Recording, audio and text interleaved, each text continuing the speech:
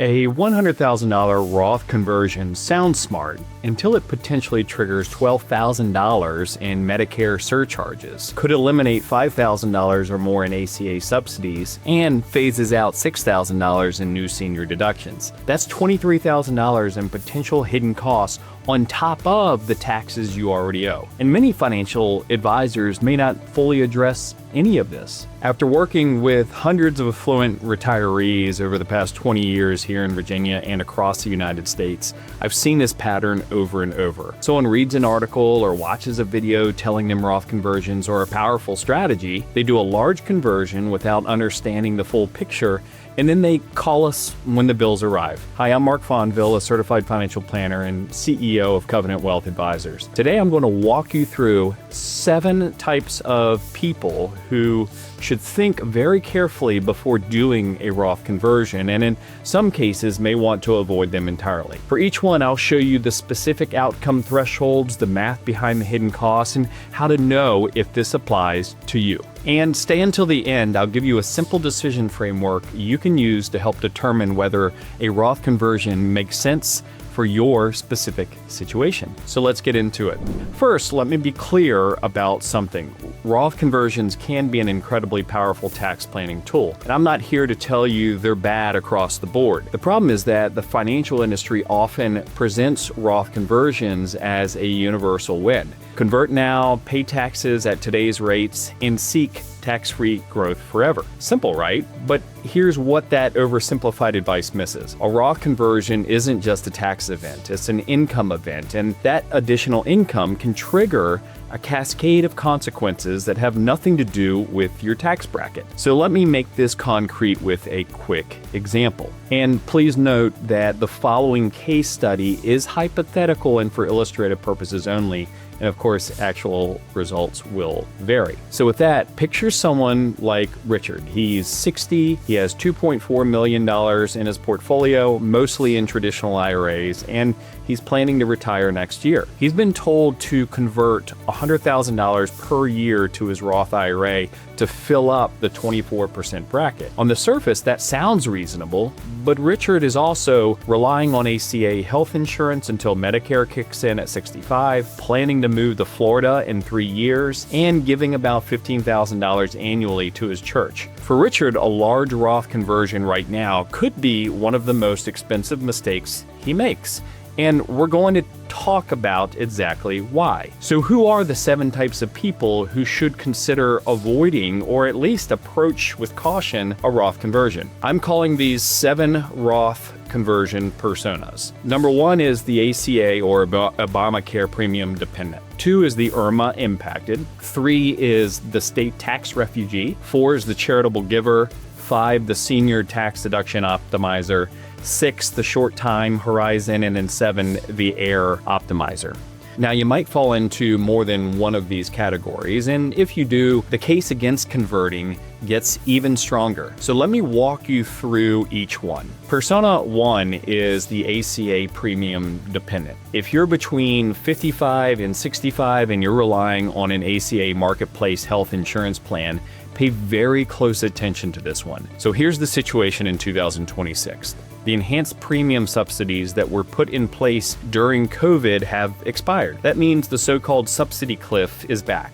So what does that mean for you? If your household income exceeds 400% of the federal poverty level, that's approximately $62,600 for an individual or $84,600 for a couple in 2026. You may lose all of your premium subsidies, not some, all of them. So let me show you how dramatic this can be. If you're single and 60 years old, according to Virginia's health insurance marketplace, at an income of $62,600, you'd receive a tax credit of about $446 per month toward your health insurance premium.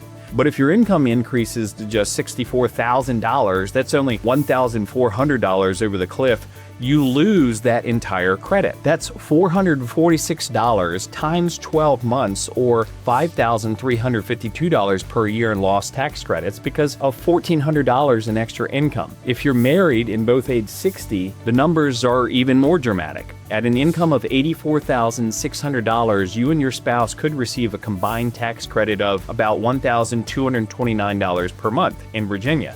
Go just $1 over that threshold and you lose the entire credit.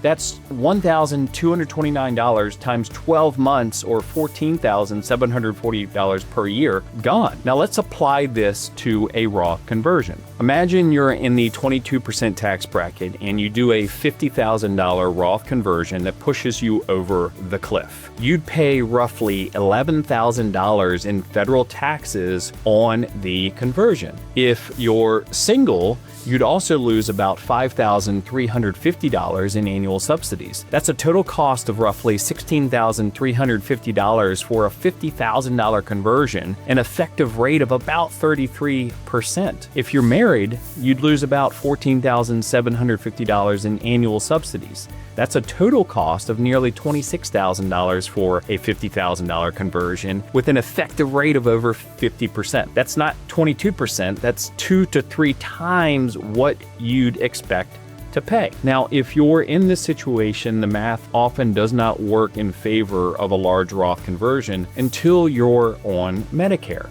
Of course, your specific situation may vary based on your income, filing status, health plan selection, and other factors. And understand that this is educational information only, not personalized tax advice. So here's persona number 2, which is the IRMAA impacted. Once you're on Medicare, you might think you're safe from these income-triggered penalties, but you may not be. Medicare has its own version of this problem. It's called IRMAA, the Income-Related Monthly Adjustment Amount, and it works like a cliff also. So here's exactly how it works. Medicare looks at your income from 2 years ago. If your modified adjusted gross income exceeds certain thresholds, you pay higher premiums for both Part B and Part D. For 2026, the thresholds are approximately $109,000 for single filers and approximately $218,000 for married filing jointly. Cross those thresholds by even $1, and here's what happens. Your Part B premium jumps from $202.90 per month to $284.10 per month, and an extra $81.20 per month, or $974.40 per year. For a married couple, that's nearly $1,950 per year in additional premiums just from the first IRMAA tier, and it goes up from there. At the highest income levels, Part B premiums can reach over $600 per month per person. Now here's the part a lot of people miss. Because of the 2-year look back, a Roth conversion you do today can trigger IRMAA surcharges that don't show up until 2028. So let's go back to Richard. Let's say he converts $150,000 this year, pushing his MAGI to $250,000. He won't see the IRMAA consequences until his Medicare premiums get recalculated 2 years later. And by then, it's difficult to undo. This is one of those decisions that's hard to reverse, and the cost compounds for years if you get it wrong. If you're learning something new, by the way, and want to learn more, be sure to click the like button so more people can see this video, and be sure to follow our channel on YouTube so you'll be notified when we launch new videos. So persona number 3 is the state income tax refugee. Here's a situation I've seen with clients in Virginia and other states for that matter who are planning to relocate. Let's say you're 62 and planning to move to Florida, Texas, or Tennessee, states with no income tax, in the next 2 or 3 years. If you do a Roth conversion while you're still a Virginia resident, you'll owe Virginia state income tax on every dollar that you convert. Virginia's top rate is 5.75%. If you are in California, it could be way worse. On a $100,000 conversion, that's $5,750 in state taxes you could have potentially avoided by waiting until after your move. Now, some people argue you should convert anyway because you'll get it done sooner and have more years of tax-free growth. But let me show you why that math usually doesn't work out. If you convert $100,000 now, you pay $5,750 to Virginia. If you wait 2 years and convert after moving to Florida, you pay $0 in state tax. For that $5,750 savings to be overcome by just 2 extra years of tax-free growth, your investments would need to achieve significant returns in those 2 years. That's not impossible, but it's certainly not something you should rely on. The conventional wisdom here is often wrong for a lot of people in your situation. Now, if you're planning a move to a no income tax state within the next 3 to 5 years, strongly consider waiting to do large conversions. Now, persona number 4 is the charitable giver. If you're giving significant amounts to charity each year, I'm talking $10,000 or more, there's often a better strategy than Roth conversions. It's called a qualified charitable distribution, or QCD. And here's how it works. Once you turn 70 and a half, you can donate up to the IRS annual limit, $111,000 in 2026, directly from your IRA to a qualified charity. That money counts toward your required minimum distribution, but it's completely excluded from your taxable income. Think about what that actually means. Every dollar you give through a QCD is a dollar that doesn't increase your MAGI, doesn't trigger IRMAA, doesn't reduce your ACA subsidies, doesn't phase out your senior deduction.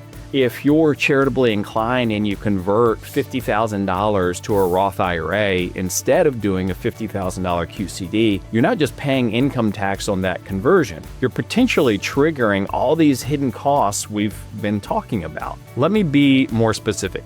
If you're in the 24% bracket and you convert $50,000, federal tax, $12,000, potential IRMAA trigger, $1,950 per year for a couple, potential ACA subsidy loss of $5,000 or more versus a QCD of $50,000, which means zero federal income tax, no IRMAA impact. The ACA impact is none. If charitable giving is part of your retirement plan, QCDs should almost always come before Roth conversions. Now, persona number 5 is the senior deduction optimizer. This is the one almost nobody is talking about yet, and it's a big deal for anyone 65 or older. The One Big Beautiful Bill Act, which was signed into law in July 2025, created a brand new deduction especially for seniors, or specifically for seniors. And here's how it works.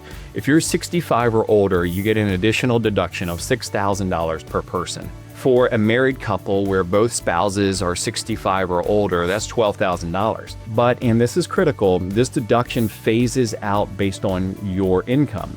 The phase out begins at $75,000 MAGI for single filers. Married, the phase out begins at $150,000 MAGI for married filing jointly, and it phases out at a rate of 6% for every dollar over those thresholds. So let's look at the math. If you're married filing jointly with MAGI of $200,000, you are $50,000 over the threshold. At a 6% phase out, you lose $3,000 of that deduction. Now, that may not sound like much, but it adds up. If you're 65 or older and your income is near these thresholds, every dollar of Roth conversion income reduces your senior deduction by 6 cents on the dollar. This is effectively a hidden surcharge on your conversion. While it's not a 6% what I'd call tax, it does increase your taxable income faster than you expect. For example, if you are in the 22% bracket, losing that deduction adds roughly 1.3% to your effective tax rate. It's a double whammy. You pay tax on the conversion and you pay tax because you lost a deduction. But here's where it gets interesting. This also creates an opportunity for strategic conversions. If your income is significantly above the phase-out threshold, which is over $350,000 for a couple, you're not losing any additional deduction by converting because it's already gone. And if your income is well below the threshold, you might be able to convert a small amount, say $10,000 or $15,000, while staying under the phase out. This is exactly the kind of nuance that requires running the numbers for your specific situation. Of course, there's no one-size-fits-all answer here. Now, Persona number 6 is the short time horizon. This one is less about taxes and more about access to your money. Every Roth conversion has its own 5-year holding period. If you withdraw the converted amount within 5 years and you're under age 59 and a half, you may owe a 10% early withdrawal penalty on top of any taxes. Now, if you're already 59 and a half or older, the 10% penalty doesn't apply, but you still need to consider when might you actually need this money. If you have significant health concerns or you're converting money you might need for a large expense in the next few years, a Roth conversion might not make sense. So here's why. When you convert, you're paying taxes now for the benefit of potential tax-free growth and withdrawals later. If later might only be 3 to 5 years away, the math often doesn't work. Let me give you a simple example. Let's say you convert $50,000 and pay $12,000 in taxes today. If you withdraw that money in 3 years, it needs to have grown significantly just to break even with what you would have had by leaving it in the traditional IRA. If there's any chance you'll need the money within the next 5 to 10 years, think carefully before converting. Now, here's persona number 7, actually, the Heir optimizer. So finally, let's talk about your heirs. The conventional wisdom says Roth conversions are great for leaving tax-free money to your children. And that can be true, but not always. Here's the question you need to ask yourself. What tax bracket will your heirs be in when they inherit? Under current rules, most non-spouse beneficiaries must withdraw all inherited IRA funds within 10 years. That's true whether it's a traditional IRA or a Roth IRA. If your children are in their peak earning years, ages 40 to 55, they might be in the 32% or even 35% bracket. In that case, inheriting a Roth makes sense. But what if your heirs are younger, still building their careers, teachers, social workers, or in other low-paying professions, or planning to retire early? If your heirs will be in a lower tax bracket than you are now, it might actually be better to leave them the traditional IRA and let them pay taxes at their lower rate. And this isn't intuitive, but the math often supports it. You shouldn't pay 24% or 32% in taxes today, so your heirs can avoid paying 12% or 22% later. Let's go ahead and bring this all together with Richard's story. Richard, by the way, is a hypothetical example for illustrative purposes only, and of course individual results will vary. You remember Richard from earlier. He's 60, has income of $62,600, $2.4 million in traditional IRAs, gives $15,000 annually to his church, and is planning to move to Florida in 3 years. Assume he came to us asking about a $100,000 Roth conversion strategy. So let's run the numbers on what that conversion would actually cost him this year. Federal income tax, Richard's in the 24% bracket. Let's assume the conversion would cost him $24,000 in federal taxes. For state income tax, as a Virginia resident, he'd owe 5.75%, which is another $5,750. The next impact is the ACA subsidy impact.